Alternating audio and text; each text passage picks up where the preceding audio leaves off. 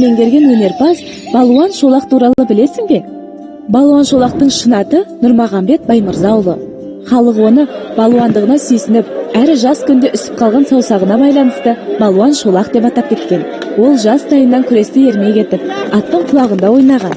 Ат үстінде тігінен не басымен тұруы, аттың бауырынан өтуі, аяғын үзеңгіге қыстырып жатып шабуы батырдың тұла бойындағы қара күш пен ептілігін танытатын еді. Балуан Шолақ Көкшетау жерінде өткен үлкен жиынның бірінде 51 пұт, яғни 830 келі кіртасын көтеріп даңқы шығады.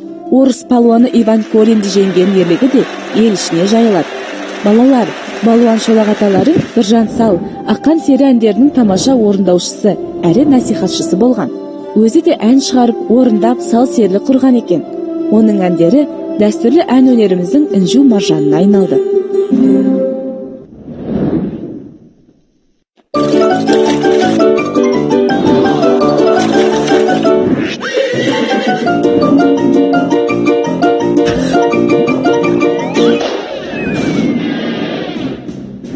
Достым, сен соғыс ардагері, Қазақстанның халық жазушысы Әзілхан Нұршайықовтың газет арқылы Жамбыл ақынға майданнан өлеңмен хат жолдаған білесің бе? 1943 жылы Жамбыл ақынның майдандағы баласына арнаған «Балама хат» деген өлеңі әскери газеттерде жарияланады. Ал Әзілхан Нұршайықов ол кезде 100-ші және 101-ші атқыштар бригадасында жауынгер еді. Әзілхан аталарында арнайы бригаданың саяси бөлім шақырып, Жамбыл Жабаевтың өлеңіне жауап жазуға тапсырма береді. Ол 2-3 күн тапжылмай отырып, жауынгердің батырлық, ерлік істерін баяндап, өлеңін жауап жазып, баспасөзге береді. Балалар, Әзілхан Нұршайықов атамыз соғыстан соң Совет одағының батырлары Мәлік Ғабдуллин, Мәншүк Мәметова, Махмет Қайырбаевтың батырлық бейнелері туралы естелік кітаптар жазды. Ал Бауыржан Момышұлы жайлы жазған «Ақиқат пен аңыз» роман диалогы үшін жазушыға Абай атындағы мемлекеттік сыйлық табыс етіледі.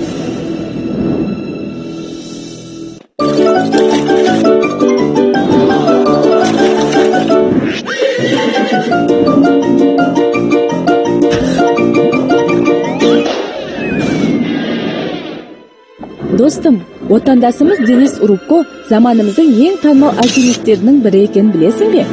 Ол биіктігі 8000 метрден асатын әлемдегі 14 шыңды TMD елдері арасындағы алғашқы болып, ал әлем бойынша 15-ші болып бағындырған спортшы. Денис Урубконың ерекшелігі альпинист бұл шыңдарға оттегін қолданбай өрмелеген. Мұндай мықты альпинистерді Гималай тәжінің иегерлері деп те атайды. Ең қызығы, Денис ағаларын кішкентай кезінде демікпе дертіне шалдығып, тыныс жолдары ауырған екен.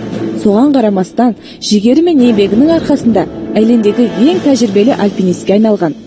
Альпинистік кәсіпке келмес бұрын Денис ағаларың актер болып театрда да ойнаған екен. Бірақ жан қалауымен тауға өрмелеу ісін таңдаған. Ол альпинистерге берілетін ең беделді әлемнің алтын мұз шапқышы сыйлығының иегері.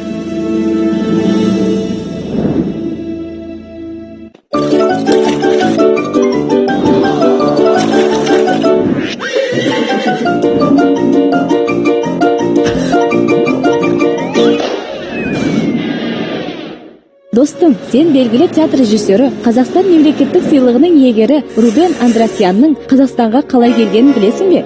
Рубен Андрасян 1963 жылы Ереванның мемлекеттік театр және көркемөнер институтын бітіріп, жолдамамен Чита қаласынан кетпекші болған екен. Өзінің естелігінде ол үйде телефон тұтқасы шырылдады. Ар жақтағы дауыс сізбен Қазақстанның мәдениет министрлігінің орынбасары Мұса Бүкебайұлы Денишев сөйлеседі деді. Мен аң-таңмын. Ол кісі сіз оңтүстіктің адамысыз ғой. Солтүстікті қайтесіз, одан да біздің Қызылордаға келіңіз деді. Рубен Андрасян сөйтіп Қазақстанға келіп, 24 жасында Қызылорда облыстық драма театрының бас режиссері болып, шығармашылығын бастаған.